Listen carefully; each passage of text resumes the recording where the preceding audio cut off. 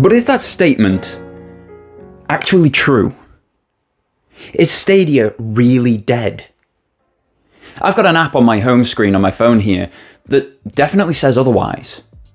I've got a recent live stream from the launch of Destiny 2's Witch Queen that also says that Stadia is alive and well. So what is this Stadia is dead narrative that we're seeing in the press recently? I'm not going to have all of the answers for you here. I have thoughts and conclusions that I have personally drawn from the information that's readily available across the industry and in news articles and such. And as such, the conclusions that I draw may be different than the conclusions that you draw from the said same information. So make sure to let me know in the comments section down below your thoughts on the current state of Stadia, and I'll try to reply to as many as I possibly can within the first few days of this video being live. With that being said, I want to ask a few questions today. A few questions that outline what Stadia was, became, and is, and hopefully draw a conclusion as to whether Stadia is alive, dead, or just changed a little bit. So without further ado, let's get into those questions. What was Stadia when it launched? In the bright and early days of 2019, in a world ignorant of a global pandemic, Google, one of the biggest technological companies in the world, launched a new gaming platform called Stadia. But the launch wasn't good. Not due to a poor product or underperforming hardware as we've seen with other gaming platforms. No. This launch was lambasted by mainstream media long before they got their hands on the product. They had written it off much as they had Ben Affleck or Robert Pattinson as Batman, both of whom were eventually superb in their roles. Personal prejudice was put before journalistic integrity with Stadia from the word go, and rather than accepting they were wrong, many chose to either ignore the positives post-launch and say nothing more on the matter, or die on the initial hill they had made for themselves and ignorantly further lambast a service that they simply didn't want to like. But even this wasn't why Stadia had a bad launch. The main reason its launch was unsuccessful was the marketing and PR. Google put very little information out into the world about Stadia. What info they did provide was convoluted and hidden 3 pages into their technical blurb. They did the standard Google strategy and provided either minimal information or information overload depending on where you were looking, and thus lost the interest of their most important client base immediately: the casual gamer. As I say though, none of this meant that Stadia as a product was bad. In fact, if they had got their marketing correct and advertised heavily at launch, Stadia could well have been forcing even further innovation from Microsoft, Sony and Nintendo, alongside Nvidia, Epic and Steam as well. You see, advertised correctly, Stadia is a free next-generation games console in your pocket. That's a tagline that would have gotten people into Stadia. Okay, at launch it had some limitations, but still, it had all of the following. Free access to the platform from any web browser or supported Android device on a Wi-Fi or tethered connection. Use of Stadia's groundbreaking Wi-Fi controller or any Bluetooth or wired third-party controllers. Access to purchase over 100 games on launch day, with many more to come. Optional Stadia Pro subscription offering 4K visuals, 60 frames per second and HDR, along with 3 to 7 inclusive free games per month. It ran on consistently upgrading data centers, built, managed and maintained in-house by Google. It offered cross-device save state pickup, allowing seamless transition from laptop to phone and so on without interrupting the game. And cloud saves were available wherever you played. And they are just the big headlines of Stadia's launch. If Sony came out with that now as a Game Pass competitor, people would lap it up. But Google didn't advertise it, and so the public perception of the service remained as dismal as those narrow-minded pre-launch thoughts. What did Stadia evolve into? Slowly over the next 2 years, Google would adjust and update Stadia to be a better and better experience. But nothing would do more for goodwill towards Stadia than Google offering 2 months of the Pro subscription for free to everyone with a Google account right as the world went into lockdown at the start of the COVID pandemic. Free 4K 60 HDR gaming with 20 inclusive games is one hell of a way to entice people in, and this offer was advertised widely and freely. This offer is how I became enamored with cloud gaming, and it's the reason that I've made multiple videos about this aspect of the industry on this channel. But Google wouldn't stop there.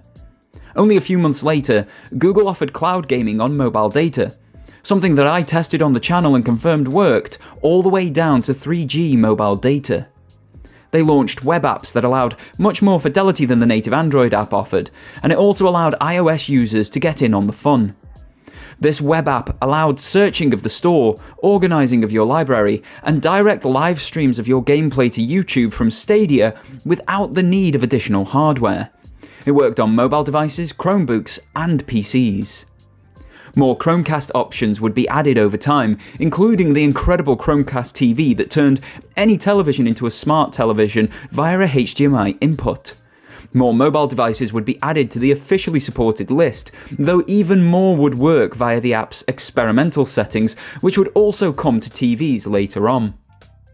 Browser-based gaming was improving all the time, and it became near flawless in 2020 when used with a Stadia controller, meaning any connected screen could play Stadia games. Cyberpunk 2077 only ran well on Stadia at launch, even outstripping the new RTX 3080 processors for stability, and it still runs best on the cloud platform today after multiple updates. Stadia offered the cleanest version of Destiny 2's endgame PvP activity, Trials of Osiris, with strong, robust and reliable anti-cheat programs that would extend to all other games with a PvP aspect. In 2021, Stadia was officially added to all Android TVs along with the experimental settings option to allow gameplay on any TV that isn't officially supported. As the year progressed, the experience improved out of sight to be on par with my PlayStation 5 by the end of it. All the while, Google added games to the service for purchase while also offering between 3 and 7 inclusive monthly games as part of the Pro subscription. They even added multiple demos to the service with no expiration date that are exclusive to the platform. These demos allow people to get a taste of the games and the Stadia system completely free of charge, alongside the many free-to-play titles on the platform.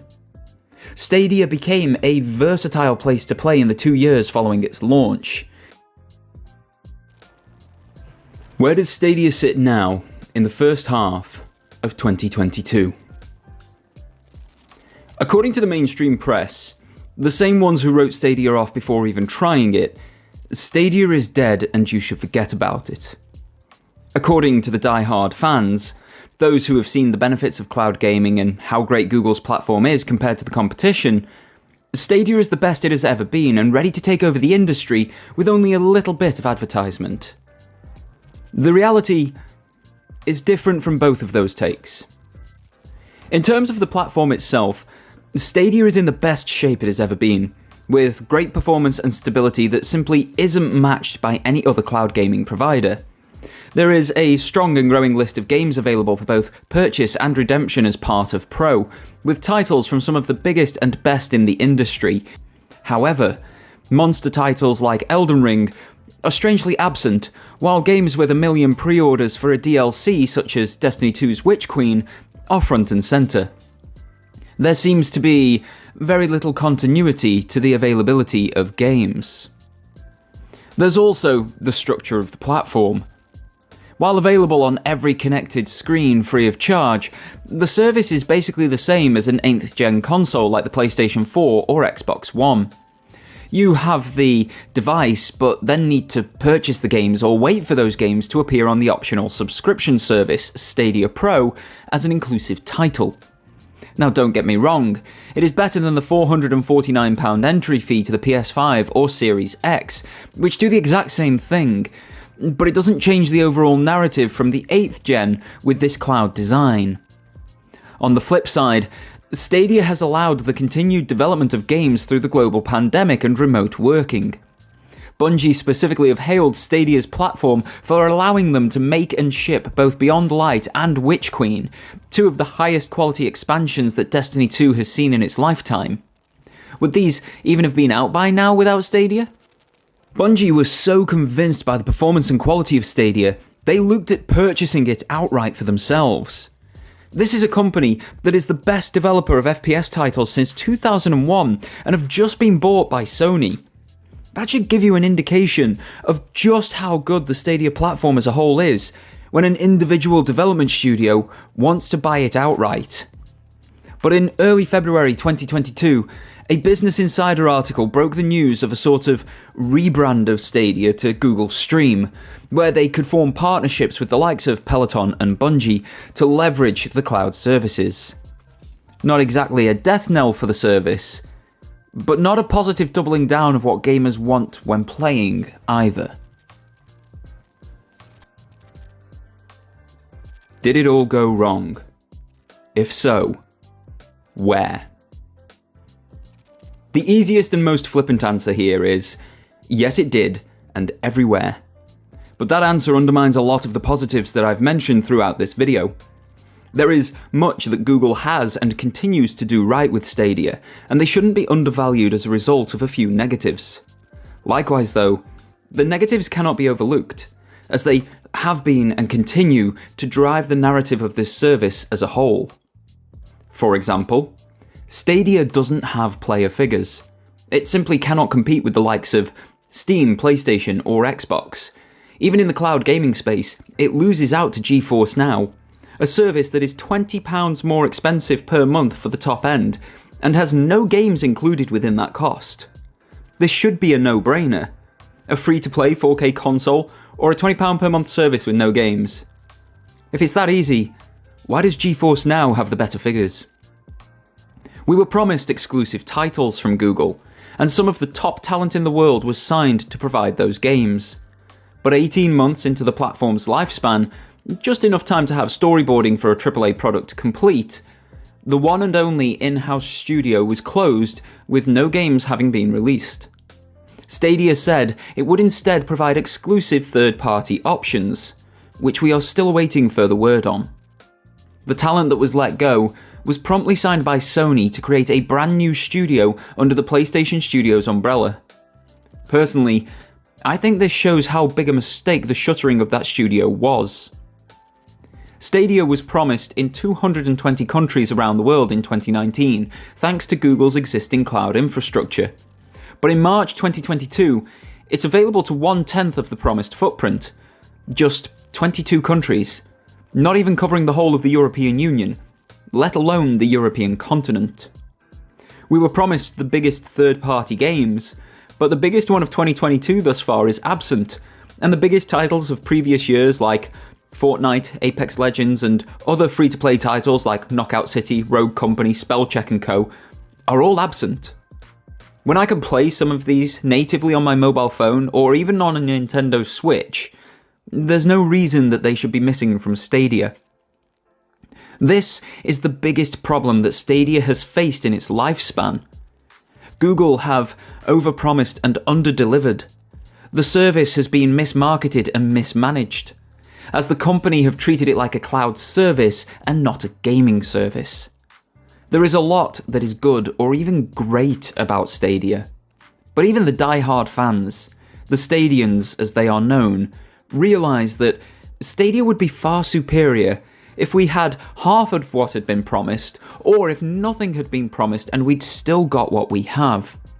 The reality, however, is that we were told by Google to expect more, and thus far, that hasn't manifested, leaving disappointment in its wake. Is Stadia dead? So cycling back to my original question, is Stadia dead? If you haven't gathered already, I love Stadia. Despite its faults and issues, the positives far outweigh the negatives for me. I love its performance, accessibility, and versatility. I love the cross-device play, saves, and controller inputs. I love that you don't need additional hardware or a subscription fee to play. I love that I can play it at the top of Snowdon or in the bath. I love that I can stream to YouTube on whatever device I'm playing on using nothing more than the Stadia service and get a super solid 1080p stream. But there are challenges. Games are a primary one. And there are missing features, but they wouldn't be missing if we hadn't been told about them 3 years ago. I don't think Stadia is dead though. At least, not in the traditional sense that the service will just disappear. I think we're in an evolution phase. And what we know as Stadia now will only be a small aspect of it moving forward. We're already seeing the Stadia platform be used by the likes of AT&T in the US to offer customers of their mobile network Batman Arkham Knight for free on the cloud. Okay, while it only runs on PC right now, that offer uses Stadia to operate. I've already mentioned Bungie wanting to buy Stadia, but with Google's new Google Cloud option, officially called Immersive Stream for Games, where companies can purchase the rights and services to use Stadia as their own branded product, Bungie can leverage Stadia's epic performance to launch Destiny 2 and any future IPs wherever they want to via the cloud. Destiny on Switch, anybody? This immersive stream for games opens the industry up. Any company can use it for the right price, be that on an IP by IP basis, or maybe someone like Sony uses it to bolster their PlayStation Now offering, or even Project Spartacus. They could offer PlayStation first-party titles at 4K 60 frames per second and HDR on your phone. Any title being launched in this manner is also then fully optimized for Stadia. So why lose additional business and revenue by not putting that title up for sale on the Stadia store? I personally know how strong the Stadia platform is, and so does Google. But Google, I think, have realized that maybe they don't have the knowledge or expertise for a gaming service using this amazing platform. By opening it up into this immersive stream for games product that any developer can purchase, Google is offering a means for organic growth of Stadia, driven by game developers. All Google needs to do is offer the developers the super solid platform and offer gamers a gateway to access that super solid platform in as many places as possible. Two things that as of March 2022, they're already doing. When you add in that Google are providing tools for developers to easily convert their Unreal Engine and Unity games to be Stadia compatible, that they're allowing any developer to offer a free demo or free trial of their game on the platform, and the player does not need a Google or Stadia account to try these titles out, where you as a player can instantly play a title by clicking on a Google or YouTube advert, and the game will just start on the device that you're currently on completely free of charge. And if you do want to keep playing after that free trial, for a one-time purchase fee, you can keep that game forevermore and play it on any device wherever you are, whenever you want to play. The Stadia ecosystem is looking really promising. So no, for me, Stadia is not dead. It is simply evolving. What we know as Stadia now won't be Stadia in a year or two. But by that same measure, Xbox today is not what Xbox was 2 years ago. I do think that the current way of thinking that Google is applying to Stadia is the right one to allow it to grow, from both a developer and player viewpoint. I feel that if it is to be successful, however, two of Stadia's biggest downfalls need to be addressed. First, global availability. Bring it to those 220 countries that were promised in 2019. Second, actually market Stadia for what it truly is: a free 4K console in your pocket. I would like to thank you all very much for tuning in. If you've enjoyed this content, a sub to the channel would put me on cloud 9. I would also like to see that like count grow, but most importantly, I want to hear from you. Do you think Stadia is alive or dead? And why do you think that? Let me know in the comments below. I want to see cloud gaming properly take off. I truly believe that it is the future of the gaming industry, but I also feel that many of the providers have been doing the bare minimum for the last few years. With many a news article stating that Stadia is dead, I wanted to look deeper into it and offer my thoughts on the matter. From everything that I've found, from articles to patents to, well, Google's own announcements, I'm pleased to say that Google are taking cloud gaming further and allowing the innovators to drive that innovation moving forward.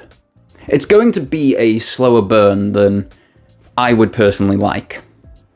But Google are pushing cloud gaming further, faster than anyone else with Stadia. And they're not resting on their laurels. That forward momentum is what the industry needs. It's what will push xCloud to that next level. It's what will push Project Spartacus to be competitive. It's what will make Nvidia's GeForce Now hopefully change its tack and offer some games for that expensive price.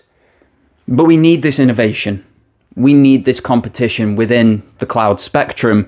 And as of March 2022, Google are really starting to bring that innovation and competition. And I hope it's a kickstart for the next generation of gaming, which, whether it's going to be VR, traditional flat screen, or something completely different, is 100% based in the cloud. I would like to thank you once again for tuning in. My name is Doragon. This is my thoughts on whether Stadia is dead in 2022. Make sure once again to let me know your thoughts in the comment section down below. And until next time, guys, have yourselves an absolutely fantastic day and take care.